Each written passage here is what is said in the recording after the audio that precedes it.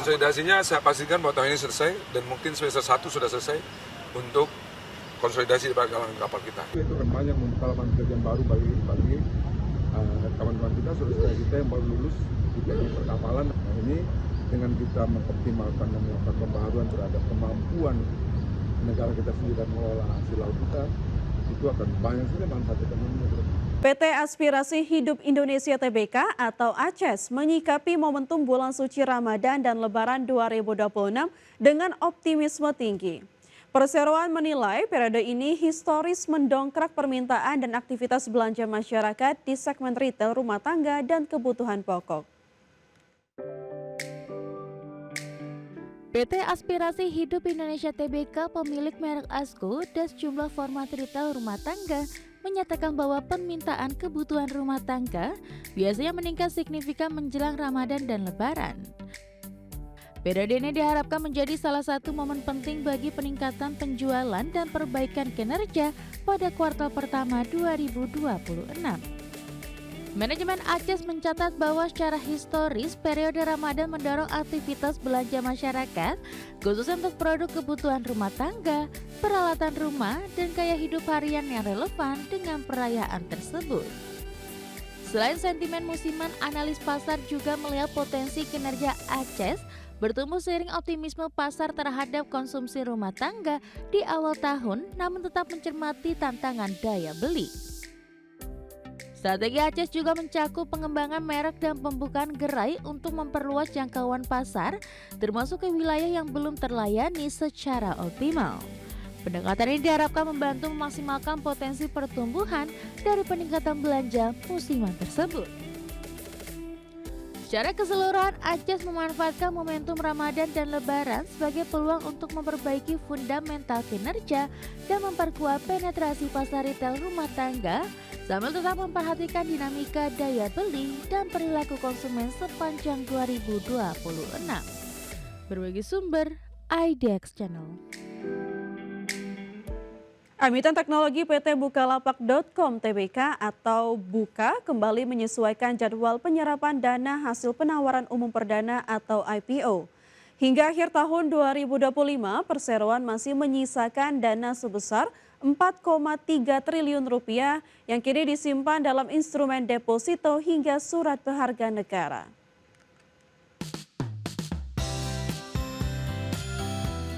PT Bukalapak.com Tbk resmi memperpanjang tenggat waktu penggunaan dana IPO yang semula ditargetkan rampung pada akhir 2025.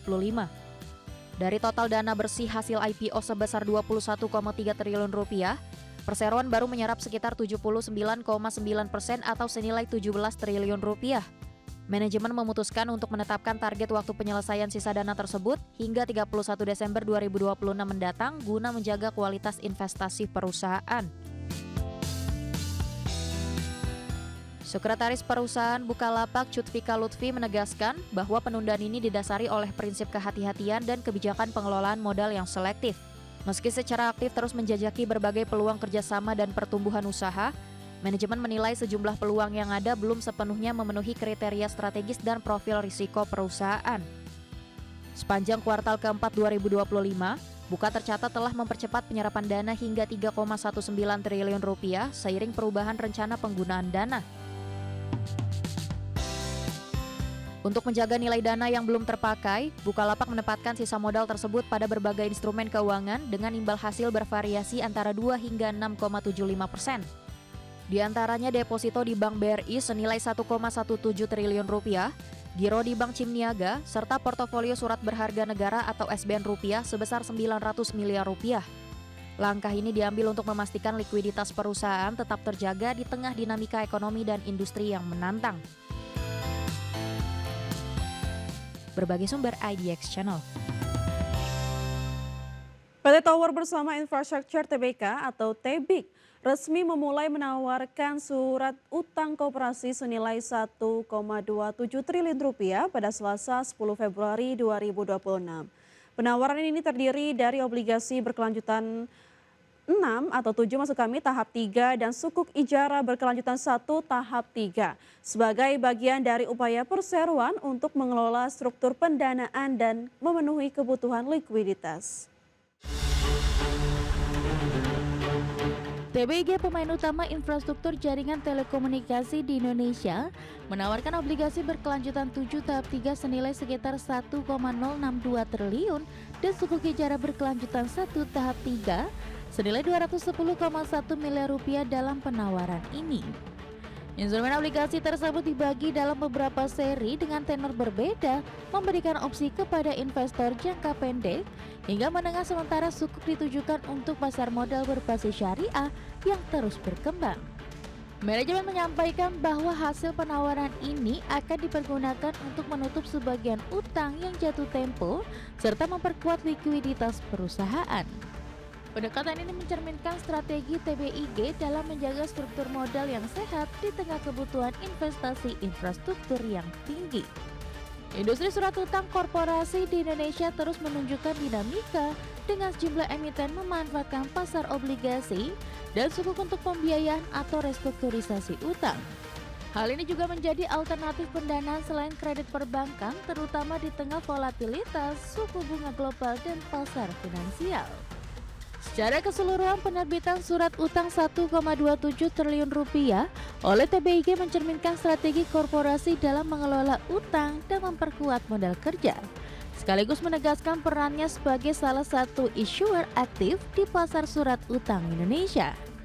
Berbagai sumber, IDX Channel.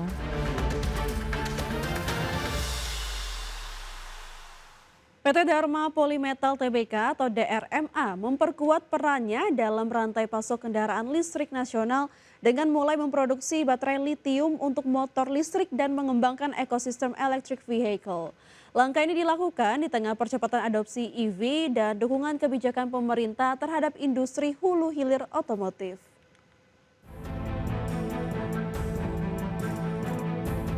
PT Dharma Polymetal Tbk dikenal sebagai emiten komponen otomotif yang memproduksi berbagai suku cadang untuk motor dan mobil. Kini perusahaan mengembangkan baterai litium lokal dan solusi energi bagi motor listrik roda 2, bagian dari perluasan bisnis ke segmen EV.